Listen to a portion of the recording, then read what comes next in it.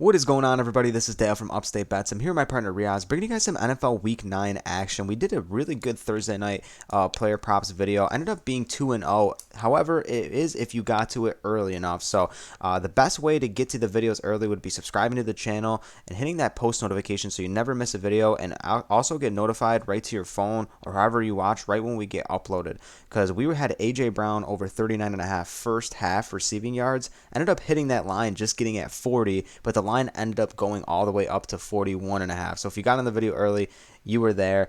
So we had a really nice Thursday night. Trying to bounce back from a little bit of a poor Week 8 performance. We've done pretty well on NBA so far throughout the week, so hopefully we can carry it on through NFL. So if you guys are NBA fans, we also post NBA daily over here on YouTube. So thank you so much for all the support. Over on TikTok as well, I do some videos over there, and those have been doing absolutely fantastic. So other than the TikTok and the YouTube, we also have a Patreon. So Riaz, you can tell them about the Patreon content. Not only did we go 2-0 on Thursday night on YouTube, we went 4-0 over on YouTube. So that's 6-0 for that Thursday slate with all different props. We did not duplicate any props on the YouTube or the Patreon. It was 6 picks total that we hit on. We're feeling really confident going into this Sunday main slate. If you want more picks from us, the Patreon is the best place to do it. And we dropped it down by $5. So it was at 20. It is down to 15. Ton of picks from us. We're feeling really confident, not only in NBA, but especially NFL coming off a really nice Thursday night. You can find it at patreon.com/upstate. Everything will be linked in the description below. You're going to have 4 to 5 picks, different player props Monday through Sunday. On Sunday, Thursday, when we have NFL and Monday nights, when we have NFL and Sunday, or NFL and NBA, you can expect 10, 12 player props from us in that day. So a ton of content, a ton of picks. Definitely want to check out the Patreon. It'll be linked in the description below. And you can also find it at patreon.com/upstate.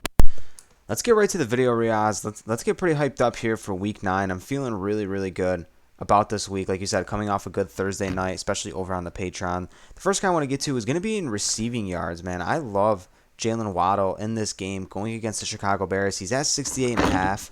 I think he looks really good in this matchup. He's been having a massive season, and he's looked good since Tua's return. I mean, that offense when they came out against Pittsburgh was absolutely electric. And they're going against a Bears team that hasn't been absolutely great in terms of allowing passing yards. So the defense has been, I guess, subpar for Chicago Bears. They've been playing a little bit better compared to how they were to start the season.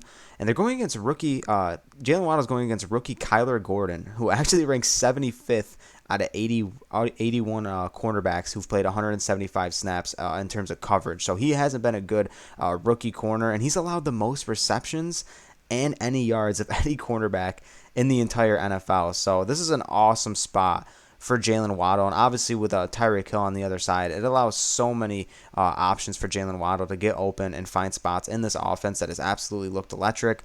Like I said, coming off of 2 really good games, well, 3 really good games, I should say, but with Tua back 2 games. So really like how this offense is looking and how electric it's been. So love myself some Jalen Waddle.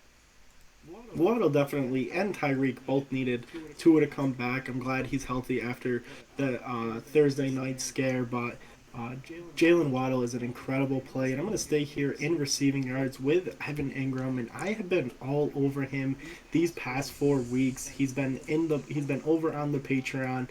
He has looked phenomenal. His line's at 40.5. It continues to go up, and that's for good measure. He has been smashing every single line they've put out in these last 4 weeks. And it's due to him just being productive out there. We saw Christian Kirk look phenomenal in the first couple of weeks, and it looks like Trevor Lawrence is looking at Evan Ingram's way. In these last 4 games, he's had over 75% offensive snaps, which is really high considering the first couple of games he didn't really play that much. He didn't get targeted a lot. And in these 4 games, he's had 10 targets, 6, 7, and 6. So he is getting peppered across the board. The last 2 games, he has had a yards per catch average of 16.75 and 13.75. So it's not little tight end screens. He is going down the field. This is probably the best Evan Ingram has looked shape wise. He looks thin. He looks very he just looks active. So this is somebody who has great hands. He had an incredible rookie year when he played for the Giants, and we just kind of saw him fall off the face of the earth. But not on this Jacksonville team. He looks phenomenal, and the fact that this team is very, very young in their own right. Ingram is becoming a star on this team, so love the line at 40.5. I think this game actually has a good chance to shoot out as well. I think it's a game that definitely two teams that can pour on points, and it's funny I say that after Vegas has that awful performance, but we know what they can do, and especially in some of the games we've seen out of them before, they have pieces on offense. They can be explosive, and we've seen Jacksonville pour on a ton of points. So this is a sneaky game to absolutely shoot out here, and Ingram's going to see a ton of targets in that matchup. The next guy I want to get to, rookie wide receiver. That's going to be Alec Pierce here. I like him over 28.5 receiving yards, and the reasoning for that is Sam Ehlinger and him seem to have a pretty nice connection after that first game. I mean, he's 5 out of his last 5, averaged 62.4 receiving yards in his last 5. And most of the defenses in this league, they run that 2 safety high coverage. New England doesn't do that. I mean, Bill Belichick is sticking to what he knows and what he's been doing. They run that single safety coverage. And Sam Ehlinger has looked for Pierce in that single safety coverage in that matchup against Washington. I mean, he saw all his 5 targets when they were running that single safety, because when they're running that defense that allows a ton of looks on the outside, and that's where Pierce has been thriving along the numbers, or outside the numbers, along the outside by the sidelines, and he is actually 14th in the league with 15.5 yards per catch. So when he's catching balls, they're not for little gains. He's getting yardage when he's catching these balls, and he's going to see 5 to 6 targets in this game. I think 28.5 is just too low for him in this matchup. And we've seen highs of 80, 81 from him before. And against New England, like I said, in that defense, he should thrive in this matchup. It's really good for Pittman as well. And if Pittman gets going, a guy that definitely has outside the number length, and a guy that can catch deep balls as well, I think Pierce is in tune for a really solid game here against New England. So love myself some Alec Pierce.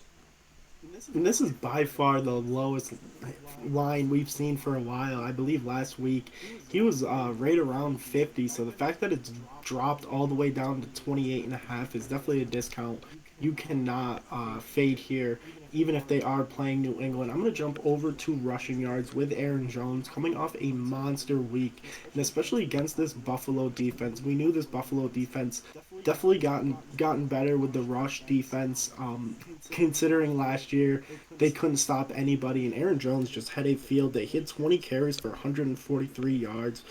That's the third game we've seen him go over 100 yards this year, and it's been hit or miss with Aaron Jones so far. I wanted to kind of lean towards A.J. Dillon, but when the discount's only 35.5 or 30 right on the nose, you got to lean towards somebody who gets the majority of the playing time, more carries. He's super active in this offense, and against this Detroit Lions team, we know the defense ranks last in pretty much everything, and this game could be a blowout, but we've seen this Detroit Lions team keep up with teams. They haven't been able to really find that many wins, but their offense is pretty electric. They have everybody back and healthy with Amon-Ra St. Brown,